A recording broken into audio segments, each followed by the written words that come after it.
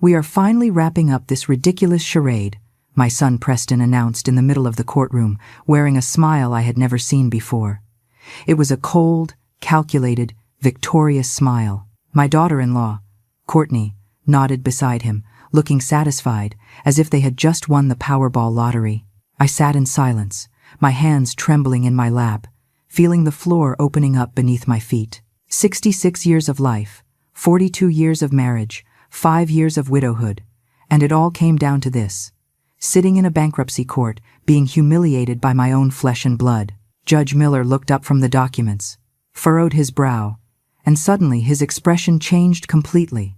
"Wait a minute," he said slowly, staring intently at me. "This is the company that just inked the $75 million defense contract with the Department of Defense?"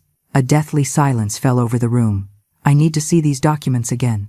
I watched the smile freeze on Preston's face. I watched Courtney go pale. And for the first time in 6 months of this living nightmare, I felt that maybe, just maybe, the truth was about to come to light. If you have ever felt betrayed by your own family, if you have ever worked yourself to the bone only for someone to try and snatch away everything you built, then you are going to understand every word of what I am about to tell you. Because this is not just the story of how I almost lost my company. It is the story of how I discovered that the son I raised, the boy I gave everything to, was capable of destroying me out of pure greed, and how justice, when I least expected it, arrived in the most unexpected way. But to understand how I ended up in that courtroom, with my son trying to have me declared incompetent and strip me of the only thing I had left of my husband Arthur, I need to take you back 5 years, to the day everything changed, to the day I was left completely alone. Arthur died on a Tuesday afternoon, a massive coronary, while he was reviewing blueprints for a new aerospace part in his workshop. There was no time for goodbyes, no last words. Just the phone ringing and the paramedic's voice telling me to get to the hospital as fast as I could. When I arrived, it was too late. My life partner, my business partner, my best friend, was gone. And I, Eleanor, was left alone with a small manufacturing company that everyone considered a dead-end garage business. Preston arrived at the funeral in a suit that cost more than 3 months of my salary. Courtney wore a black designer dress and heels that clicked loudly on the church floor. They did not cry. They did not even pretend to do it well. During the wake, I heard them talking in the hallway. "Now that Dad is gone, Mom is going to have to sell the plant," Preston said. "It is the only sensible thing to do. A woman her age cannot handle a business." Courtney laughed. "We can finally convince her.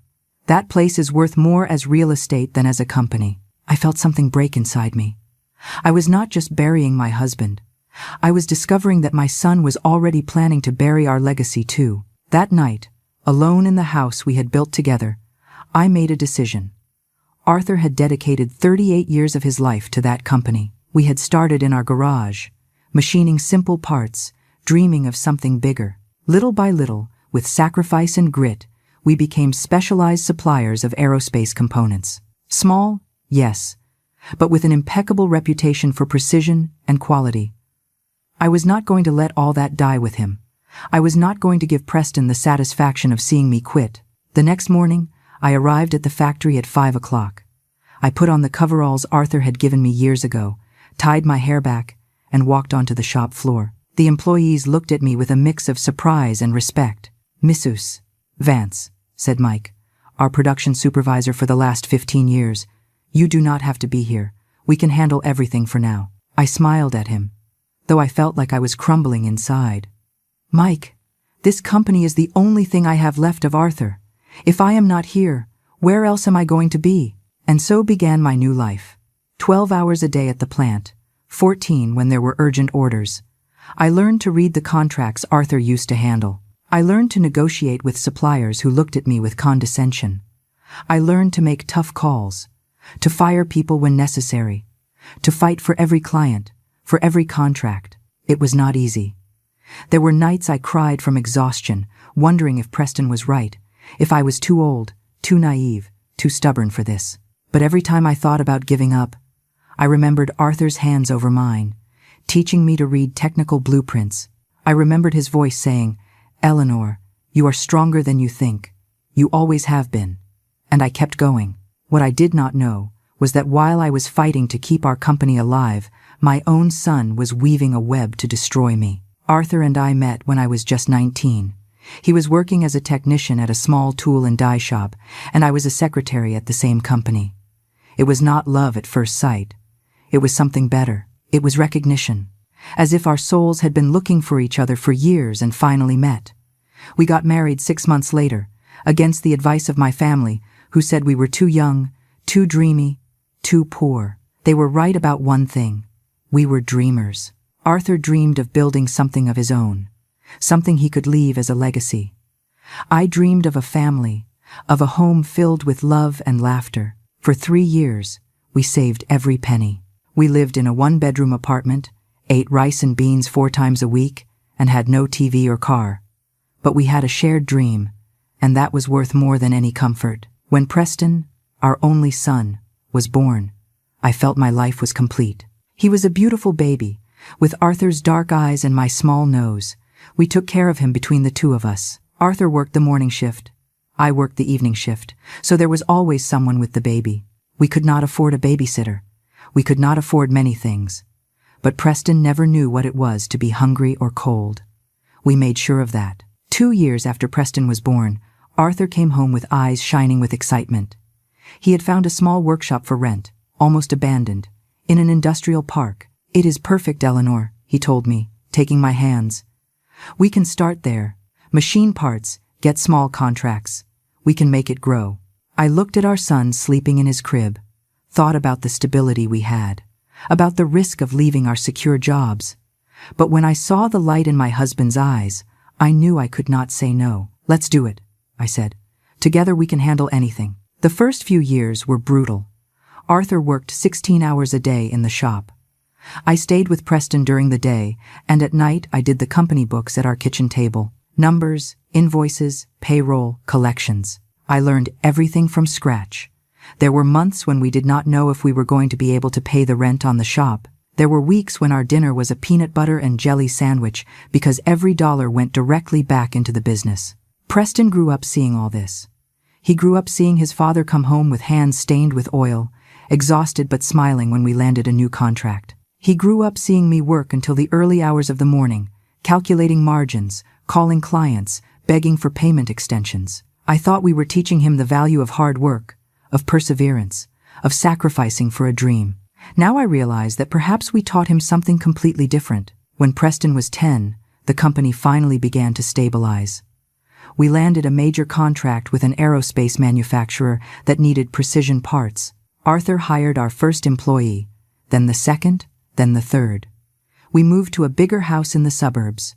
We bought our first new car. I was finally able to leave my night job and dedicate myself completely to managing the company alongside Arthur. I told Preston, "See, honey, the effort pays off. Your dad and I built all this with our own hands." He looked at me with those dark eyes that reminded me so much of Arthur and said something I should have taken as a warning, but I missed it by many years.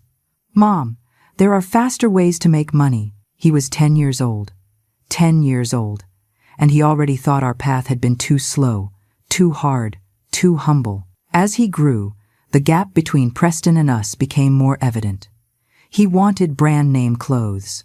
We bought him essentials from the department store. He wanted lavish parties for his birthdays. We threw him simple celebrations at home with family and close friends.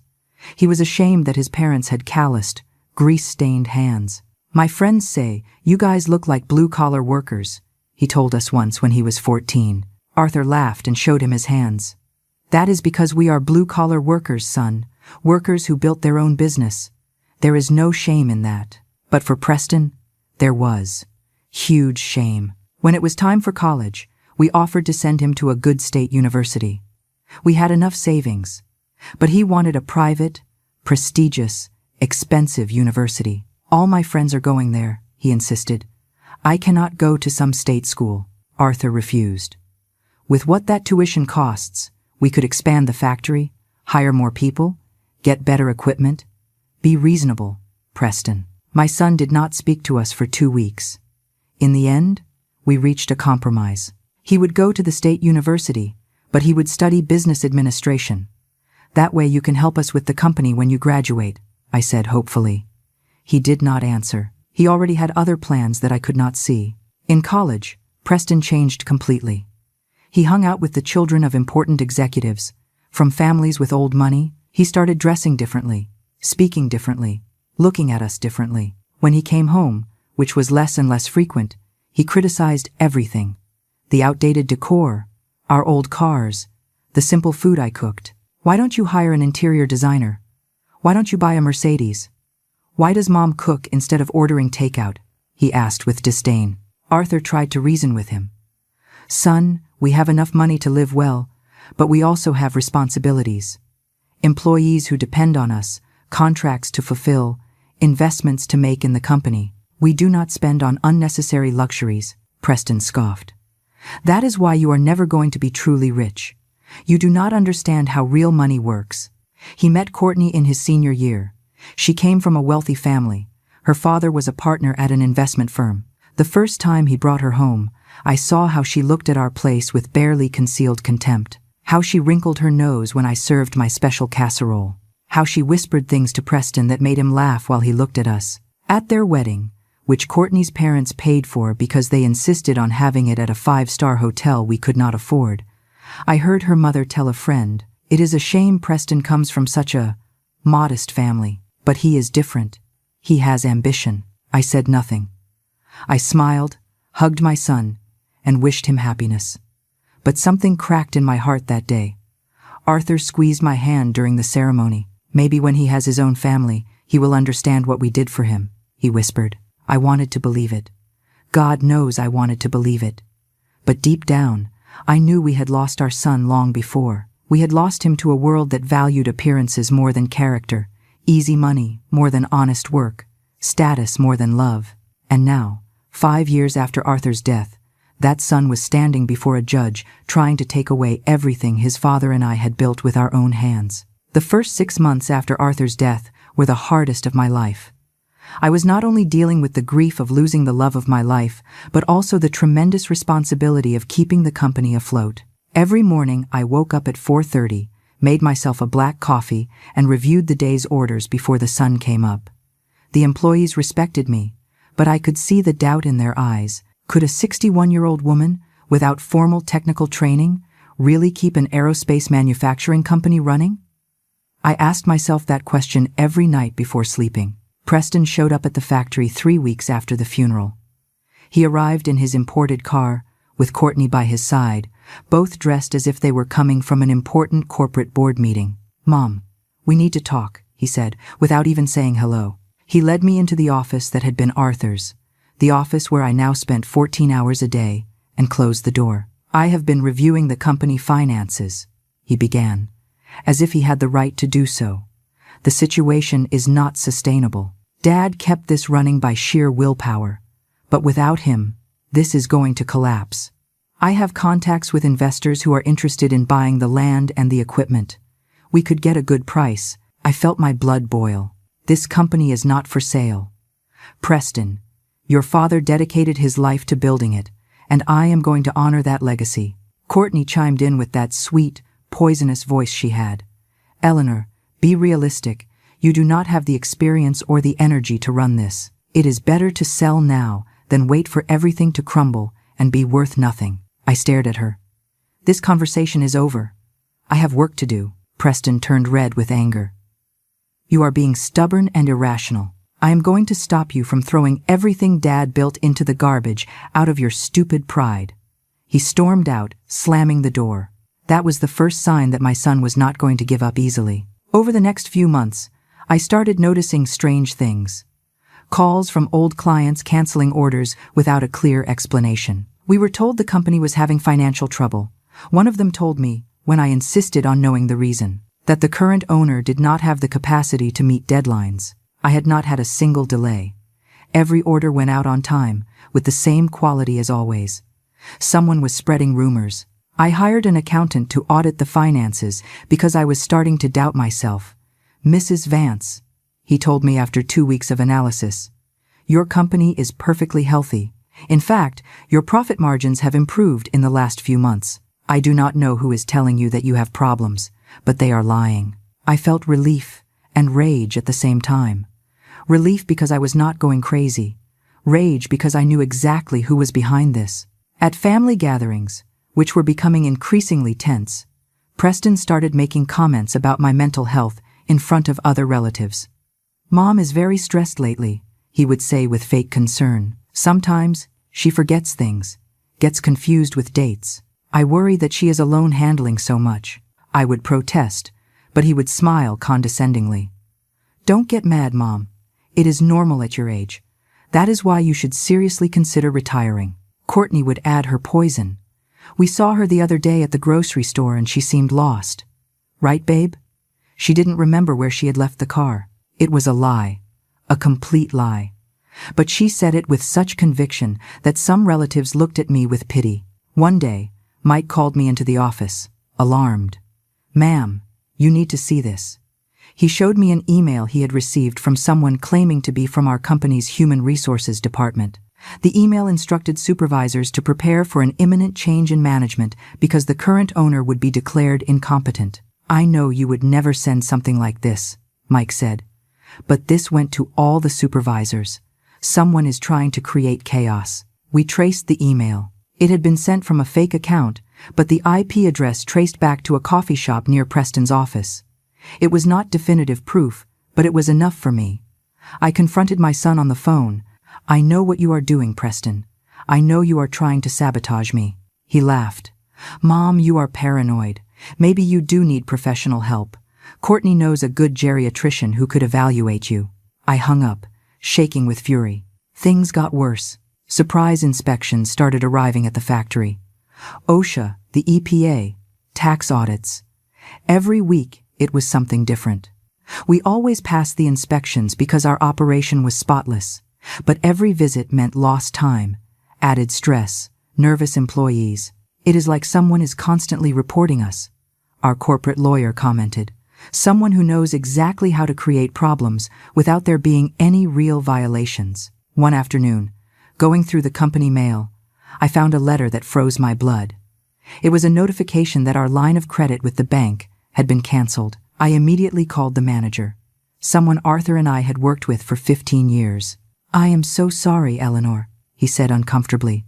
"We received concerning information regarding the stability of the company, and also there was a call from your son. He said you were making irresponsible financial decisions due to cognitive decline." As a direct family member, he had the right to express his concern. "And you believed him?" I asked incredulously. "Without even verifying with me?" There was silence on the other end. He presented documentation that looked legitimate. Medical reports, evaluations. "We thought we were acting in your best interest." I felt the world crumbling. "Those reports are fake. I have never been evaluated for cognitive decline. My son is lying." The manager coughed awkwardly. "Well, if that is the case, you can file a formal appeal. But the process takes time. Time I did not have. Without the line of credit, I could not buy materials for large orders. I could not expand operations.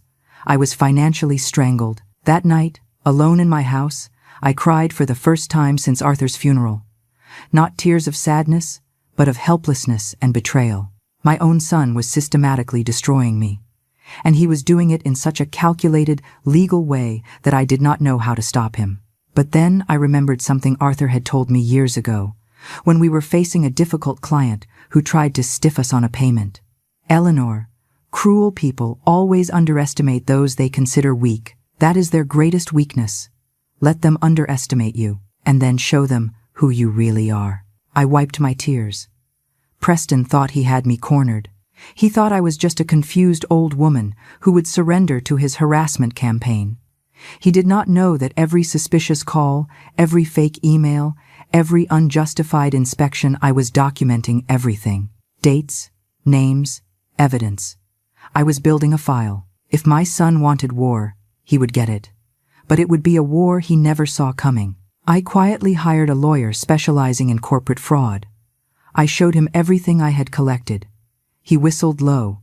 "This is serious, Mrs. Vance. Your son could face criminal charges if we prove he forged medical documents and committed bank fraud." I asked him to investigate everything, but to do it quietly. I do not want him to know I am preparing yet. Let him think he is winning. Meanwhile, on the surface, I kept working 12, 14 hours a day. I kept smiling at the employees, fulfilling contracts, maintaining the impeccable quality that had been Arthur's trademark, and in secret, I was preparing my counterattack. What I did not know was that Preston was already planning his final move. The blow he thought would destroy me completely and give him everything he wanted. The forced bankruptcy petition. Everything blew up on a Wednesday afternoon. 3 months after I started systematically documenting every one of Preston's attacks. I was on the shop floor checking inventory with Mike when my phone rang. It was an unknown number. I answered distractedly. "Mrs. Eleanor Vance, widow of Arthur Vance?" asked a formal voice on the other end. "I am the process server for the district court. I have to notify you that you have been sued by your son, Preston Vance, who is requesting a declaration of legal incompetence and the forced bankruptcy of your company due to mismanagement." The phone almost fell from my hands. "What?" was all I could articulate. The server continued in a monotone voice, reading legal terms I barely processed. Hearing date, courthouse, obligation to appear, consequences of failure to appear. When he hung up, I stood paralyzed, staring at the office wall where a photo of Arthur and me hung from the day we opened the factory, smiling, full of hope. Mike noticed my pale face. "Ma'am, are you okay?" I could not answer. I simply handed him the phone where I had written down the information. I watched him read, saw him go pale too. "That son of a bitch," he muttered. "Pardon my French, ma'am, but your son is a son of a bitch." I did not correct him. He was right. I immediately called my lawyer, the one who had been quietly investigating Preston's activities. "I know," he said before I could speak. "I just received a copy of the filing. It is aggressive, very aggressive." He explained that Preston had filed a suit claiming I suffered from severe cognitive decline, that I had made irresponsible financial decisions putting the company at risk, and that as the sole direct heir, he had the right and obligation to intervene to save the family assets. "And the evidence we have been collecting?" I asked with a trembling voice. "The fake emails, the fraudulent calls, the made-up medical reports?" My lawyer sighed. "All that is useful, but he presented documentation that on the surface looks legitimate. We have to prove it is fake, and that takes time. The hearing is in 2 weeks. That is very little time to build a solid defense." That night I did not sleep. I sat in my living room, surrounded by boxes of company documents, photos of 38 years of history, technical blueprints with Arthur's handwriting in the margins. Everything we had built, everything that meant something, was about to be snatched away by our own son. The next day, Preston showed up at the factory. He had not been there in months, but now he walked with the confidence of someone who already considers himself the owner of the place. "Mom," he said without a trace of emotion in his voice, "I came to make one last attempt to be reasonable. Drop your opposition to the suit, accept the medical evaluation, and I will ensure you have a dignified retirement. A monthly stipend, a small house, everything you need, but the company has to pass to my control." I looked at him without recognizing him. This man in a $3,000 suit, with Italian shoes and a Swiss watch, talking about my life as if it were a business transaction, was not the baby I had rocked in my arms. He was not the boy I had sung lullabies to. "No," I said simply. He clenched his jaw. "You are making a mistake. In 2 weeks, the judge is going to declare you incompetent anyway. Why go through the public humiliation? Because your father did not raise me to surrender to bullies," I replied. "Even if that bully is my own son." I saw a flash of something in his eyes. Guilt, pain, it disappeared so fast I might have imagined it. "Suit yourself," he said coldly. "See you in court. And Mom, prepare to lose everything." The following days were a hell of legal preparation. My lawyer worked 18 hours a day gathering evidence, preparing testimony, building our defense. But there was a problem. Preston had been meticulous. Every fraudulent action he had committed was hidden behind layers of plausible deniability. The fake emails came from anonymous accounts. The calls to clients could not be traced directly to him. The fake medical reports had signatures that looked legitimate. "It is like fighting a ghost," my lawyer admitted, frustrated. We know it was him, but proving it legally is another thing. I was not going to give up. I spent those days reviewing every document, every email, every phone call from the last few months, looking for that mistake, that piece of evidence that would definitively prove Preston's conspiracy. And then, 6 days before the hearing, something happened that would change everything. I was in my office at 11 at night, exhausted, reviewing old contracts when my phone buzzed. It was a message from a number I did not recognize. "Mrs. Vance, I am Frank, the lawyer who worked with your son on the lawsuit. I need to speak with you urgently. What Preston is doing isn't right. I have information that can help you." My heart raced. A trap? An opportunity? I decided to risk it. I replied asking to meet at a public diner the next day. I arrived early, nervous, watching every face that walked in. Frank turned out to be a man in his 40s, looking tired and guilty. He sat across from me, and without preamble, said, "I resigned from the firm this morning. I cannot be part of what Preston is doing," he explained. "He hired me to build a legal case, but when I realized it was based on forged documents and systematic defamation, I told him I couldn't continue. He threatened me, said he would destroy my career if I didn't cooperate." He pulled a manila envelope from his briefcase. "Here is everything.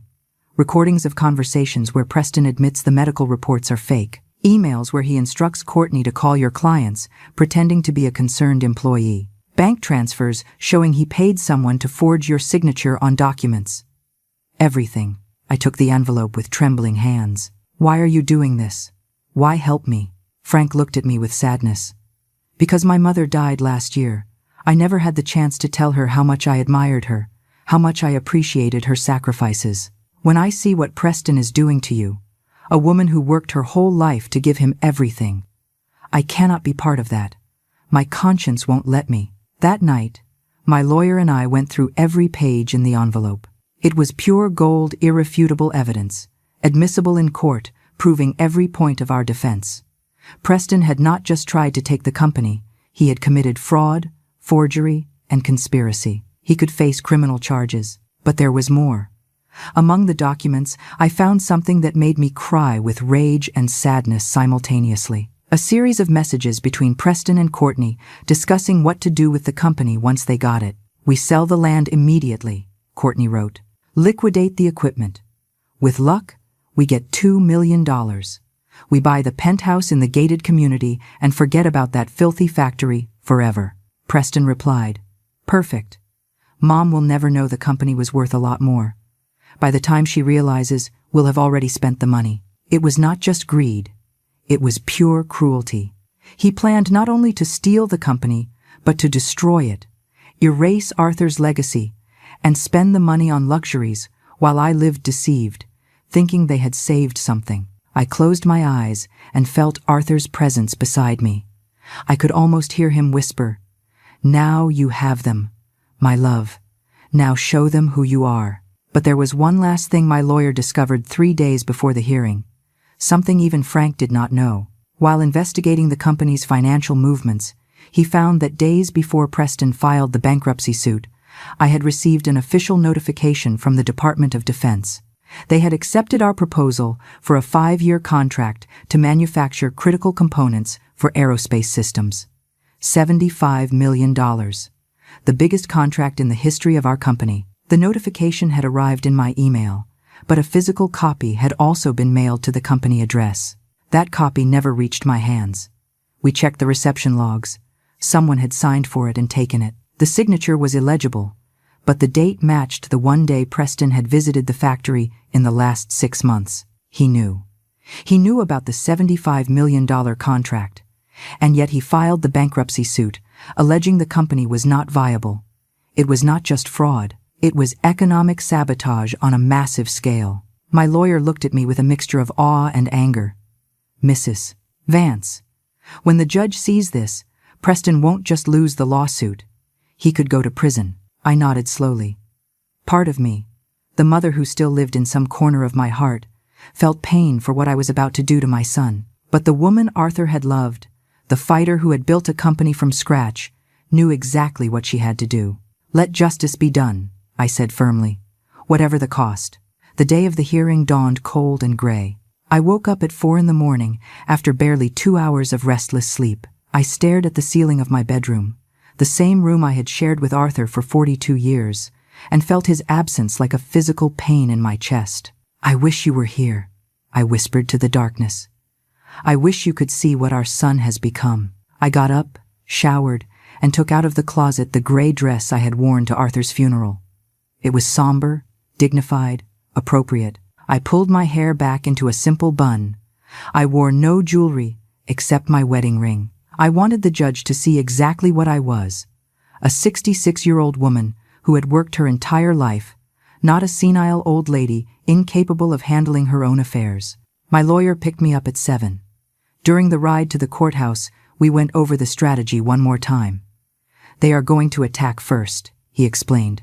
"They will present their evidence of your alleged incompetence. Paid testimonies, fake medical reports, the whole arsenal. Let them drown in their own lies, and then we will present ours." I nodded, my stomach in knots. We arrived at the courthouse 20 minutes ahead of schedule. The building was imposing, with marble columns and hallways that echoed with every step. I had been there only once before, years ago, when Arthur and I had a contract dispute with a supplier. We had won that case. I prayed to God we would win this one too. Preston and Courtney were already there, sitting on a bench in the hallway. He wore an impeccable dark suit that probably cost more than the monthly payroll of my shop floor. Courtney wore a cream designer ensemble and heels so high I wondered how she could walk in them. When they saw me, Preston stood up with a smile that did not reach his eyes. "Mom," he said loudly, loud enough for others in the hallway to hear. "I am glad you came. I know this is hard for you, but it is for the best. You'll see." He acted as if he were doing me a favor, as if destroying my life were an act of filial love. I did not answer him.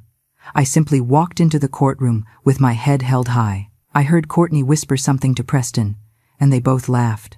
That sound went through me like a knife. The courtroom filled quickly. I recognized some of my employees who had come to support me.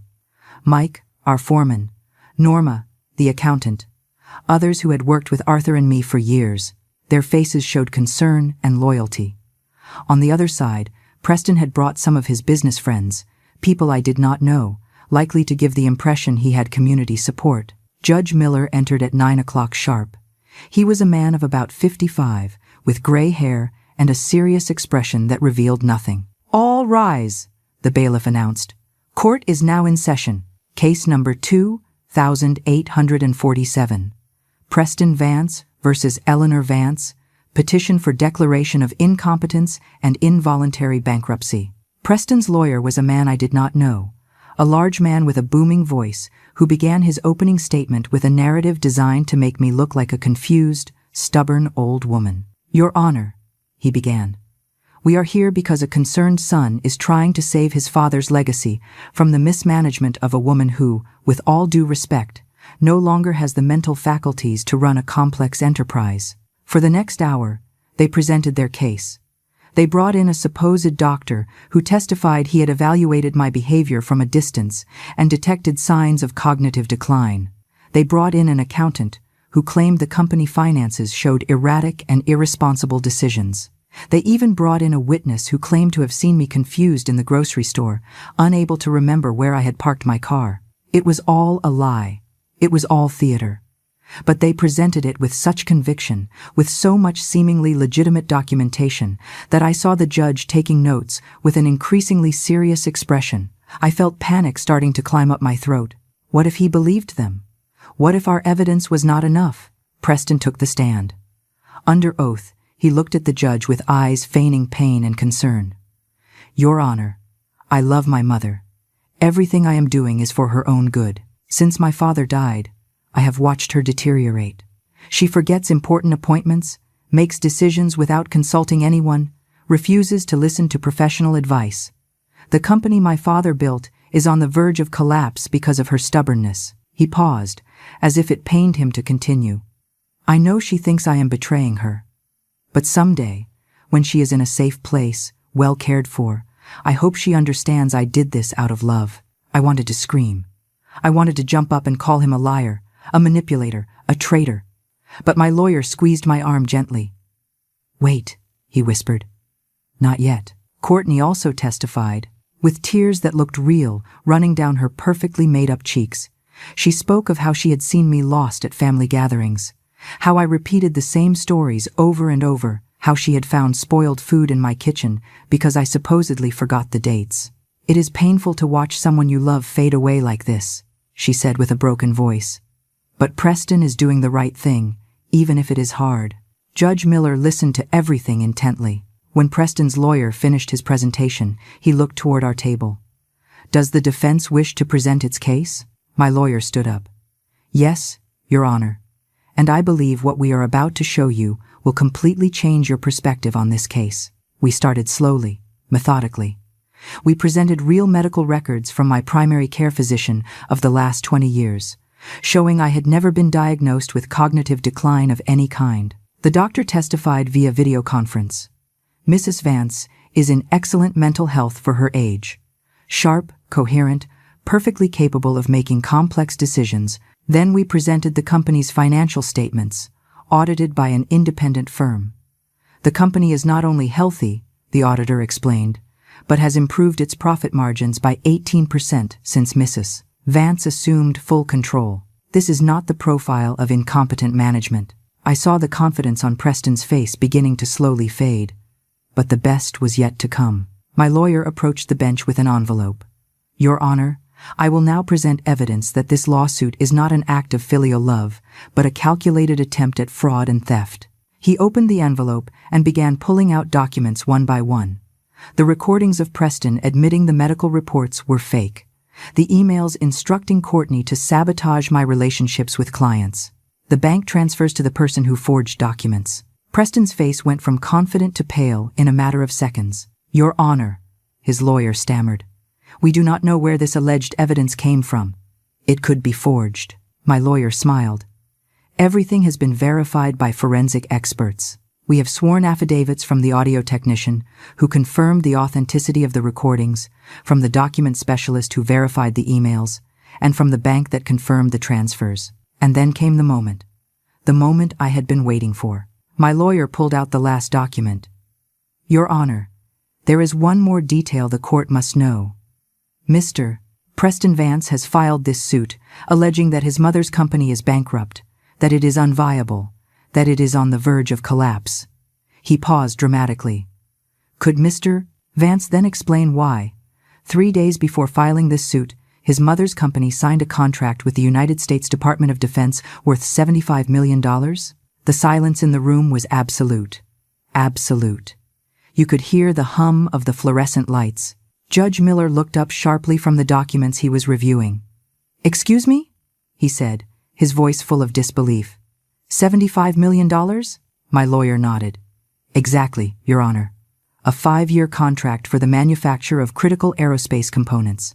The official notification arrived to Mrs. Vance 2 weeks ago. But, curiously, the physical copy sent to the company disappeared the same day Mr. Preston Vance made his only visit to the facility in 6 months." Judge Miller looked at Preston with an expression that could freeze hell over.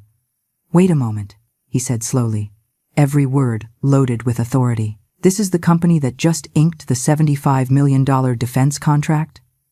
He looked directly at me. "Mrs. Vance, are you the owner of Precision Aerospace Components?" I nodded. My voice caught in my throat. "Yes, Your Honor." The judge whistled softly. "I need to see that contract. Right now." My lawyer approached the bench and handed Judge Miller a certified copy of the contract with the D. O.D. I watched his eyes scan the pages, watched his brow furrow deeper with every line he read. The silence in the room was so dense, I could feel it pressing against my chest. Preston remained motionless in his seat, his face ashen. Courtney had her hand pressed over her mouth as if holding back a scream. "This is extraordinary," the judge murmured finally, looking up. "Mrs. Vance, you personally negotiated this contract?" I stood up on trembling legs. "Yes, Your Honor. For the last 8 months, I worked with engineers from the Department of Defense to develop component prototypes that met their exact specifications. We submitted our proposal 3 months ago. The approval arrived 2 weeks ago. The judge looked at Preston with an expression mixing disgust and astonishment. Mr. Vance, you file a lawsuit alleging your mother is incompetent to run her company. And yet, that very same company just secured one of the most lucrative government contracts in the aerospace industry. How do you explain this contradiction? Preston opened his mouth, but no sound came out. His lawyer stood up quickly. Your Honor, my client was not aware of this contract. This does not change the fact that there are legitimate concerns about the lady's mental health. The judge cut him off with a sharp wave of his hand. Sit down, counselor. I think there is much more to this case than was initially presented. My lawyer seized the moment. Your Honor, with your permission, I would like to play a recording that illustrates exactly what Mr. Vance's true intentions were. The judge nodded. Proceed. Preston's voice filled the room. It was a recording of a phone conversation with Courtney, clear and unmistakable. Old Frank is getting nervous about the medical docs, Preston was saying. He says they could be considered forgery. I told him to shut up and do his job. Mom has no way to prove they're fake. By the time she realizes what we're doing, we'll already have control of the company. Courtney's voice responded. What if the judge doesn't declare incompetence? Preston laughed. Then we use Plan B. Forced bankruptcy. With all the rumors we've spread, all the contracts we've sabotaged, we can make it look like the company is in financial trouble. One way or another, we're getting that factory. There were gasps in the courtroom. I saw Mike, my foreman, clench his fists with rage. I saw Norma wiping tears from her eyes. Judge Miller had stopped taking notes and was staring at Preston with an expression of complete contempt. There is more, Your Honor, my lawyer continued. He projected a series of emails onto a screen. The first was from Preston to Courtney. Call the clients on the list. Pretend to be a concerned employee.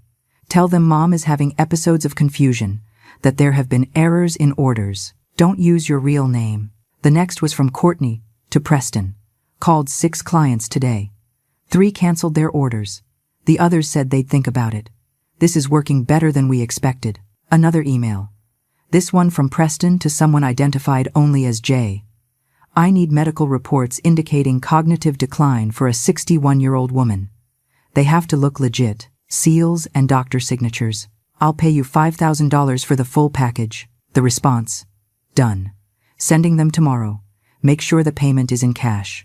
Judge Miller took off his glasses and rubbed his eyes, as if he could not believe what he was seeing. Anything else? He asked with a tired voice. My lawyer nodded. Yes, Your Honor.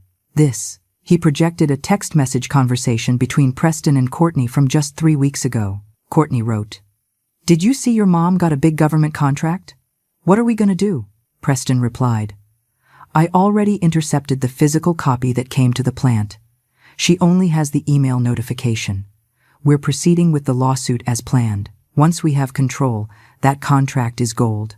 We can sell the company for triple what we thought. And here is the most revealing part, my lawyer continued. He projected another message from Preston to Courtney. When we get the company, we sell everything immediately. The land, the equipment, liquidate it all. With luck, we get $2 million. We buy the penthouse and forget about that filthy factory.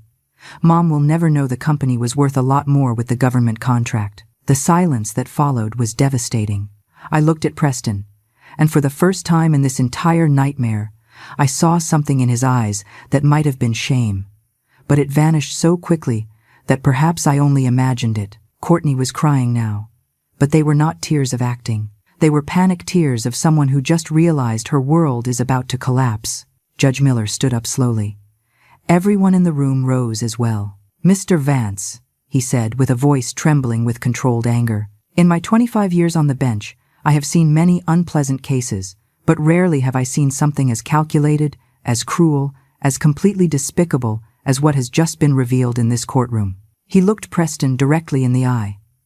You did not just try to steal from your mother. You tried to destroy her reputation, her perceived mental health, her company, her legacy, and you did it with a coldness that suggests a total absence of conscience. Preston tried to speak. Your Honor, I only. The judge held up a hand. No. You have lied enough for today. This lawsuit is dismissed immediately. Furthermore, I am ordering a criminal investigation for forgery, fraud, conspiracy to commit fraud, and economic sabotage. He turned to me. Mrs. Vance, I am deeply sorry you had to go through this experience. It is evident that you are a competent, capable businesswoman, completely in control of her faculties. Your company is in excellent hands. Yours. I felt tears begin to roll down my cheeks. Tears of relief, of vindication, of pain for everything I had had to endure. The judge continued. In addition, I am issuing a temporary restraining order.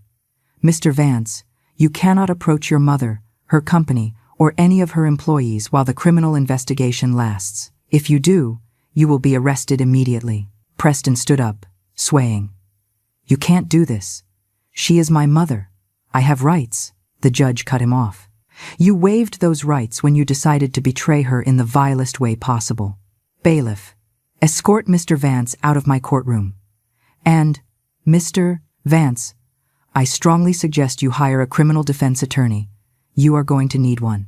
I watched the bailiff escort Preston toward the door. He turned to look at me one last time.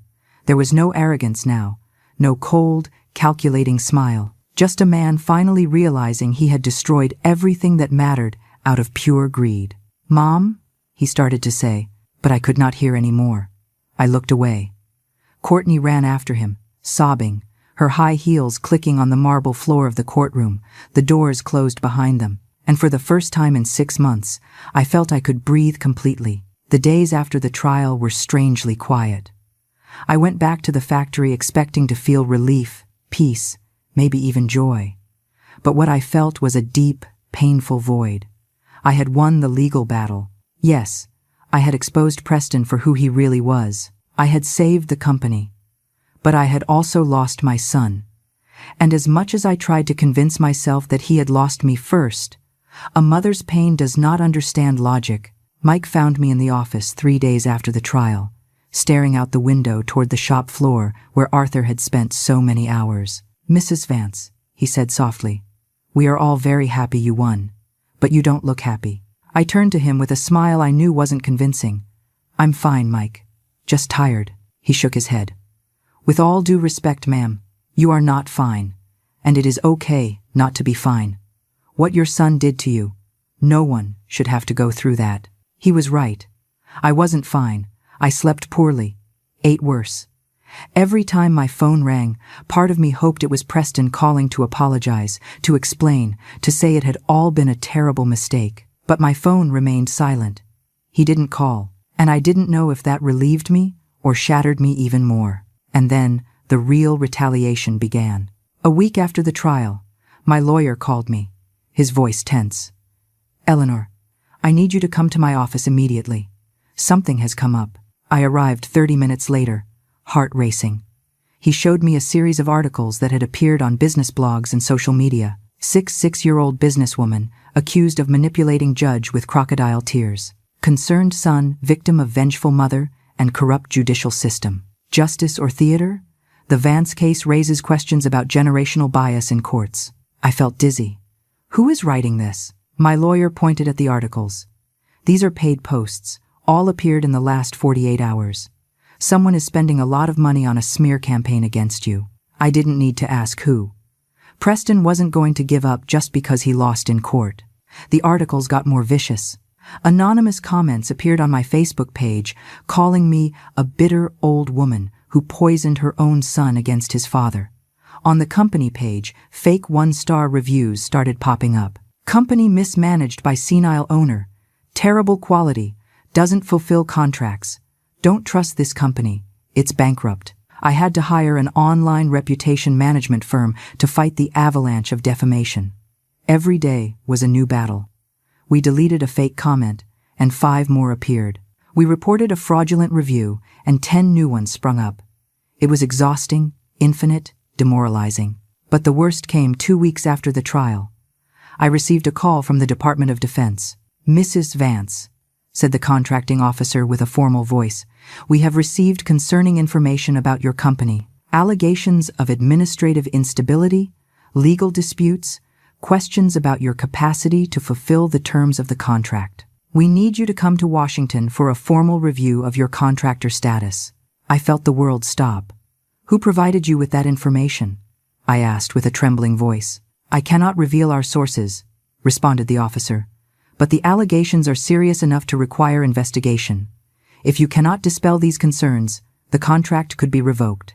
I hung up the phone, and for the first time since Arthur's funeral, I allowed myself to cry openly in the office. Not silent tears, but deep sobs that shook my whole body. Preston was trying to destroy the $75 million contract. It wasn't enough to have lost. He wanted to make sure I lost too. If he couldn't have the company, he would ensure it was worth nothing. Mike found me like that, crying over my desk. He closed the door softly and sat across from me in silence. When I could finally speak, I told him everything. I don't know if I can keep going with this, Mike, I admitted. I am so tired, so drained. Sometimes I think Preston won anyway, because even after losing in court, he managed to take away my peace, my joy, the ability to enjoy this victory. Mike looked at me with those wise eyes that had seen 30 years in the industry. Can I tell you something, Mrs. Vance? I nodded. When Mr. Vance died, everyone in this factory thought we would close in 6 months. Not because you weren't capable, but because we thought no one could fill those shoes. But you proved us wrong. You didn't just keep the company running, you made it grow. You landed the biggest contract in our history, and you did it while your own son was stabbing you in the back. He leaned forward.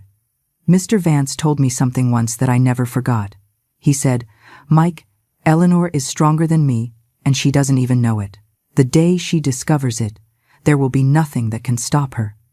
I think that day has arrived, and I think your son knows it. That is why he is so desperate. That night, alone in my house, I went to Arthur's study. I hadn't entered there since his death. I kept the door closed because it hurt too much to see his things, to smell his cologne that still permeated his sweaters in the closet, to see his technical notes scattered on the desk exactly as he had left them. But that night I needed to be close to him. I sat in his chair and looked around. His engineering books, his tools, his photographs, and then I saw something I hadn't noticed before.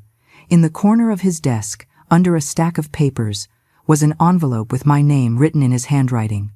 My heart stopped. With trembling hands, I opened it. My dearest Eleanor, the letter began. If you are reading this, it means I left sooner than we planned. Forgive me for leaving you alone, my love. Forgive me for not having more time with you. Tears fell onto the paper as I kept reading. I know you worry about the future of the company. I know you doubt yourself, but I need you to know something. You were always the true brains behind this business. I was good with my hands, with tools, but you were brilliant with the numbers, with strategy, with people. This company survived all these years not because of my technical skill, but because of your vision. I continued reading through the tears. I also know that Preston will disappoint you. I knew it since he was young. He has your intelligence, but not your heart. And without heart, intelligence only serves to do harm. When the time comes, when he tries to take what we built together, I want you to remember this. You owe him nothing. You gave him life, love, opportunities. If he chooses to waste them, that is his choice, not your failure. The last part of the letter read, Eleanor, love of my life, be strong, be brave, and above all, be true to who you are. Don't let anyone, not even our own son, make you forget your worth. You are extraordinary. You always were.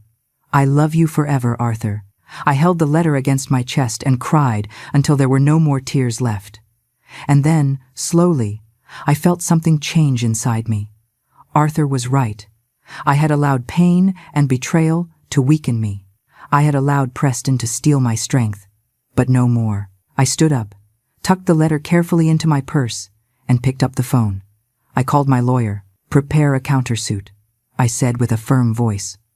I want to sue Preston for defamation, economic sabotage, and everything else we can prove, and find who is behind that social media campaign. I want names, and I want consequences. Then I called a friend who worked in public relations. I need you to tell my story, the true story. I am not going to hide while my son spreads lies. And finally, I prepared a full presentation for the Department of Defense, documenting every aspect of the company, every success, every loyal employee, Every contract fulfilled perfectly in the last 5 years. Arthur was right. I was stronger than I believed, and it was time to prove it. The presentation before the DOD was scheduled for a Tuesday at 10 in the morning in Washington, D.C. I traveled the day before, accompanied by my lawyer and Mike, who insisted on coming to give testimony on factory operations. On the plane, I went over my presentation again and again. I couldn't afford mistakes. This contract wasn't just money. It was validation of everything Arthur and I had built. It was proof that I was capable, and I wasn't going to let Preston snatch it away from me. The meeting was in an imposing government building, with security guards and metal detectors. They made us wait in an austere conference room, with gray walls and a long table. 5 officers from the Department of Defense arrived, all with serious and impenetrable expressions. The lead officer, a retired colonel named Thompson, opened the meeting directly. "Mrs. Vance, we are here because we have received information questioning your ability to fulfill the terms of our contract. These are grave allegations. You have 1 hour to convince us that we should maintain this agreement." I breathed deep and began, not with numbers or charts, but with the truth. "Colonel Thompson, gentlemen, my name is Eleanor Vance, widow of Arthur Vance. I am 66 years old. My husband Arthur and I founded Precision Aerospace Components 38 years ago in our garage. He died 5 years ago, and since then, I have run this company alone." I paused. 3 weeks ago, my only son tried to take this company from me, alleging I was incompetent. He lost in court when his accusations were proven fraudulent. Now he is trying to sabotage this contract because if he can't have my company, he wants to ensure it is worth nothing. I saw surprise on the officers' faces. I continued, "But I am not here to talk about my son. I am here to talk about my company and why we deserve your trust." I opened my laptop and projected the first slide. For the next 40 minutes, I showed them everything. Every contract fulfilled in the last 5 years, every one delivered on time or early. Client testimonials on the quality of our work. Quality certifications, photos of the shop floor showing state-of-the-art equipment. Videos of our employees explaining the quality control processes. Mike took the floor to explain the technical aspects. "I worked with Mr. Vance for 15 years before his death," he said with pride. "And let me tell you something, Mrs. Vance didn't just maintain the standards he set. She raised them. She invested in new technology, trained personnel, improved processes. This company is stronger now than when Mr. Vance was alive, and that is no disrespect to him. It is a testament to her extraordinary leadership." I presented audited financial statements showing consistent growth, letters of recommendation from other government contractors. I even brought a physical part we had manufactured for a previous DOD project, a part so precise the tolerances were measured in microns. "This part was manufactured under my direct supervision 2 years ago," I explained. "It passed all quality inspections with a perfect score. That is what we do. That is who we are." Colonel Thompson took the part and examined it carefully. "Impressive manufacturing," he admitted. Then he looked directly at me. "Mrs. Vance, can you explain specifically the allegations we received regarding legal disputes, administrative instability, lack of operational capacity?" I pulled out a thick folder. "I can do better than explain them. I can show you exactly where they come from." I handed them copies of the text messages between Preston and Courtney where they discussed contacting the Department of Defense to create doubt about Mom's ability to fulfill big contracts.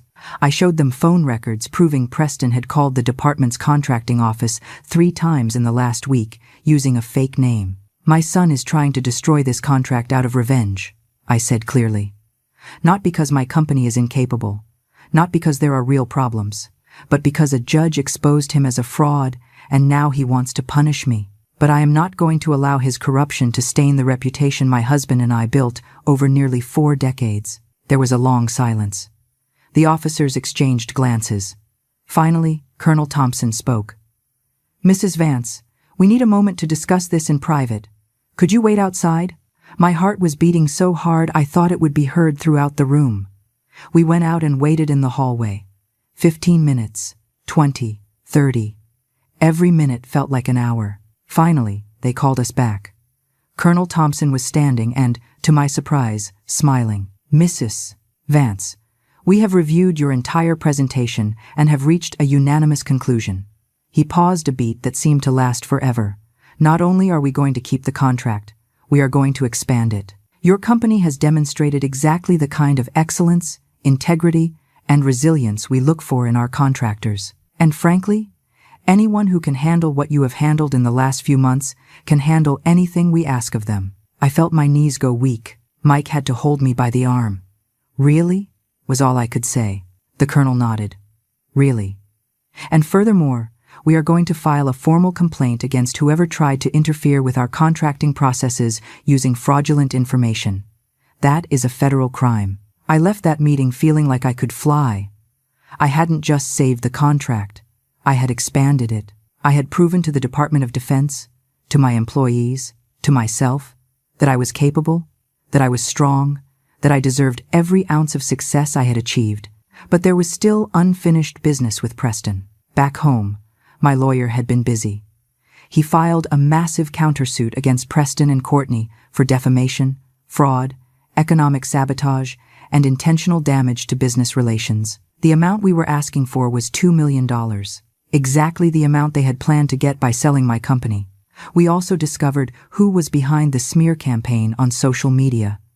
Preston had hired a PR firm that, in reality, specialized in destroying online reputations. My lawyer sent cease and desist letters. The agency, realizing they were involved in potentially criminal activities, shut down all the fake accounts immediately and provided us with all of Preston's emails, giving them specific instructions. Every piece of evidence added to our case. Preston's lawyer called him 2 weeks after my triumph in Washington. "My client is willing to negotiate," he said with a defeated voice. "What do they want?" My response was simple.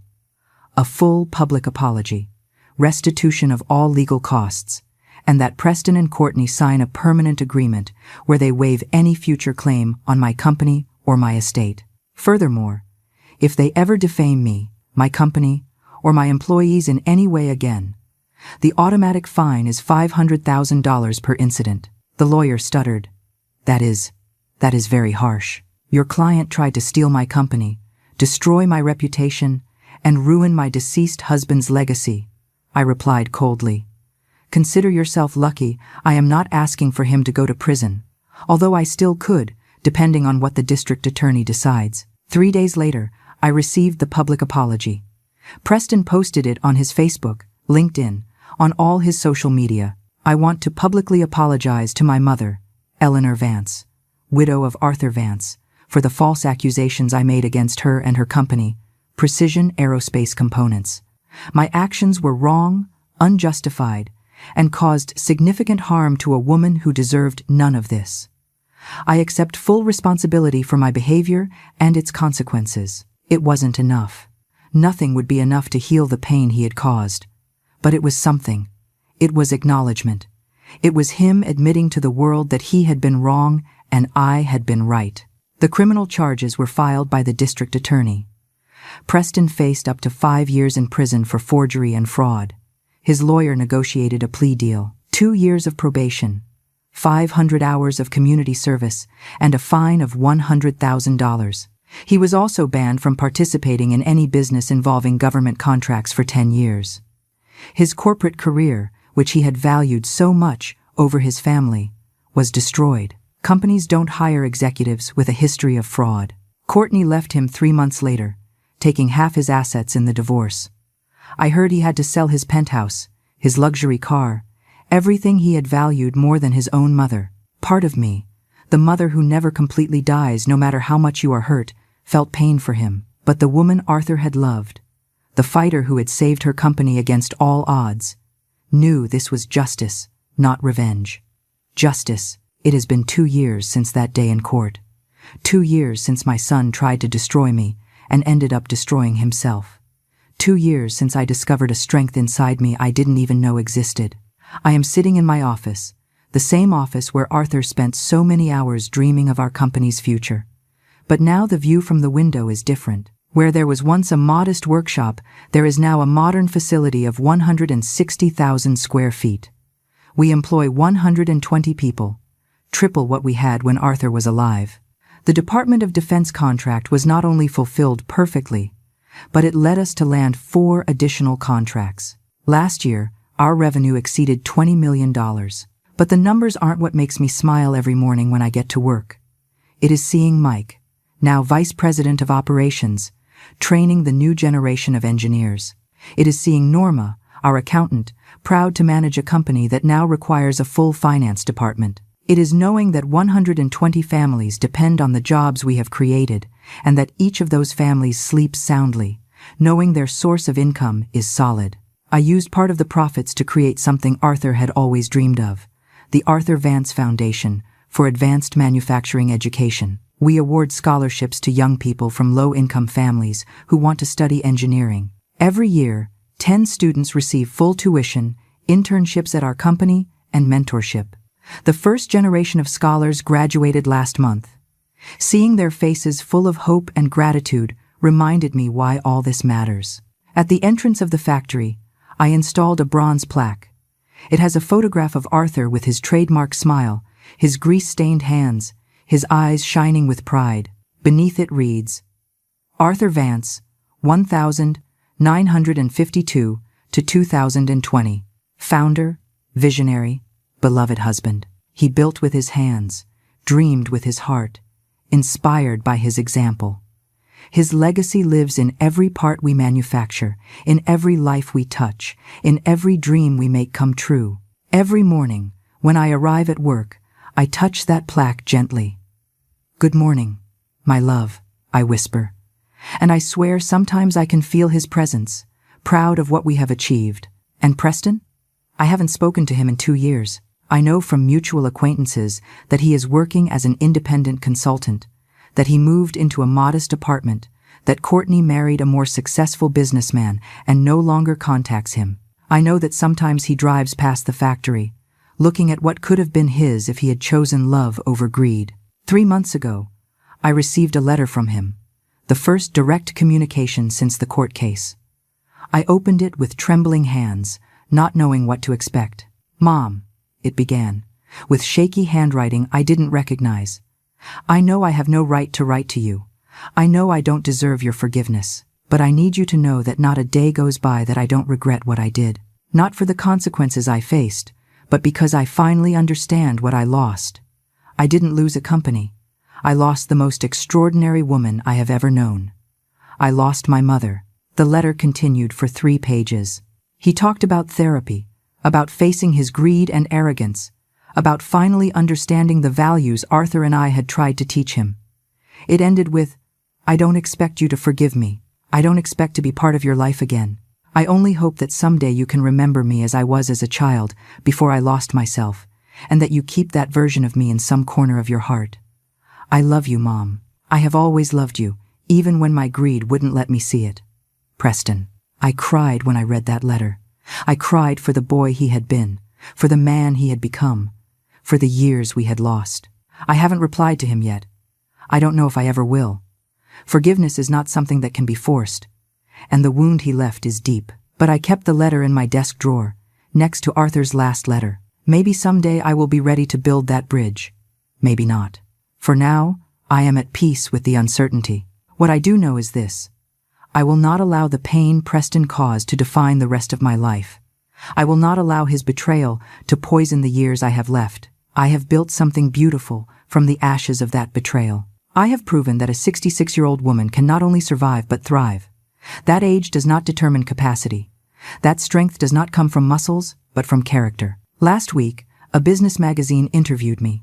They asked me what my secret to success was. I told them the truth. There is no secret. Just hard work, unwavering integrity, and the absolute refusal to let anyone tell you that you are not enough. Not even when that someone is your own son. Today, as the sun sets over the factory, I watch the employees leaving the afternoon shift. They wave goodbye with smiles, making plans for the weekend, secure in the stability of their jobs. This is my true victory. Not the money, not the contracts, but knowing that I honored Arthur's legacy, that I protected what we built together, that I proved that love and hard work will always overcome greed and betrayal. I stand up and look one last time at the photograph of Arthur on my desk. We made it, my love, I say out loud. It wasn't easy. It wasn't what we expected. But we made it. And then, for the first time in 7 years, I feel something I thought I had lost forever. I feel peace, because I learned the most important lesson of all. The greatest inheritance we can receive is not money or property. It is the strength to face betrayal and come out the other side stronger. It is the courage to stand up for what is right, even when it means facing those we love most. It is the dignity of knowing that we live with integrity, no matter how low others around us fall. Arthur left me a company. But he left me something much more valuable. He left me the example of living with honor, and that is a legacy that no one, not even my own son, can ever take away from me. I am closing the office for the last time today. Tomorrow I start a vacation I postponed for years.